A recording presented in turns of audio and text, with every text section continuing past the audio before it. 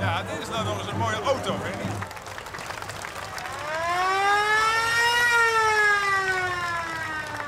Ik ben hier sinds vanochtend, maar het meest bijzondere van deze ochtend was het bezoek aan de oude gevangenis hier in Leeuwarden, de Blokhuispoort. Zie je een applaus natuurlijk van de verenigingsfestival.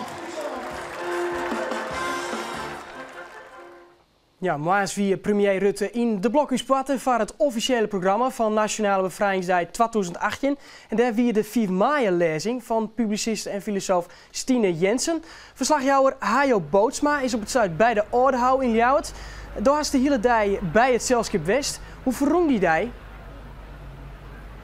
Nou, hij is op een hele waardige wijze. Wat de organisatie van Joet graag bereiken wil, is toch dat de verhalen verteld worden. De verhalen van de meesten. Bijgelijks de 8 veteranen die je wien, dat verhaal bewaard blijft. En dat bad ik in de Blokhuispoort. Er wien tal van meesten, tal van sprekers, waaronder ik Hielke Speerstra, die een verhaal vertelde. Nou, daar draait het ooit om. En in het verhaal is één thema ook wel centraal. Het thema vrijheid.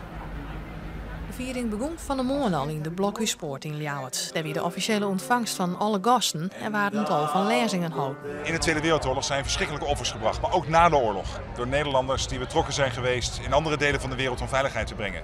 En ik vind het zo belangrijk dat we met z'n allen op 4 mei dat herdenken en het respect betuigen. Hier een prachtig monument ook waar gisteren op 4 mei, begrijp ik, de herdenking geweest is.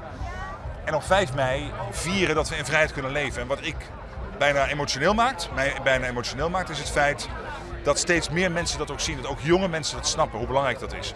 Gerdy Verbeet, de voorzitter van het Nationaal Comité Fjouwer en 4 mei, die in haar toespraak stil bij vrijheid, die het niet vanzelfsprekend is. Daarom pleiten ze er op een ei voor om van 4 mei een nationale vrije dag te maken. Omdat ik echt vind dat het belangrijk is dat we ons iedere jaar opnieuw op 5 mei realiseren dat we hier in een vrije, democratische rechtsstaat leven. En dat we ook laten zien wat dat betekent. Dus niet alleen vrijheid van meningsuiting, maar ook verantwoordelijkheid, ook opkomen voor rechten van anderen.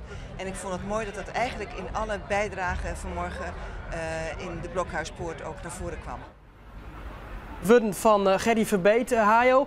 Door stieste bij die Ordehou. Het zit er op de achtergrond bij die drok uit. Hoe zit het met die drok? Kun je iets vertellen, hoe getal bijgelijks? Ja, zeker. Ja, maar het plein rint nou leeg. Chef Special het je niet krijgt spelen. Een van de grote expo van dit bevrijdingsfestival.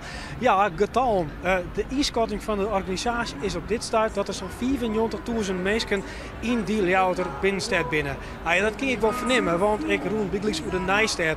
Op de Nijstad is het druk. Alle oren pleintjes hier in de stad. Er is het druk. Overal dat ik maar een bar zit of een etenstandje of een toilet. Zie lange rijen voor. Nou, alles bij elkaar jouwt ik een enorm sfeervol plaatsje. Wij maken een sfeerreportage.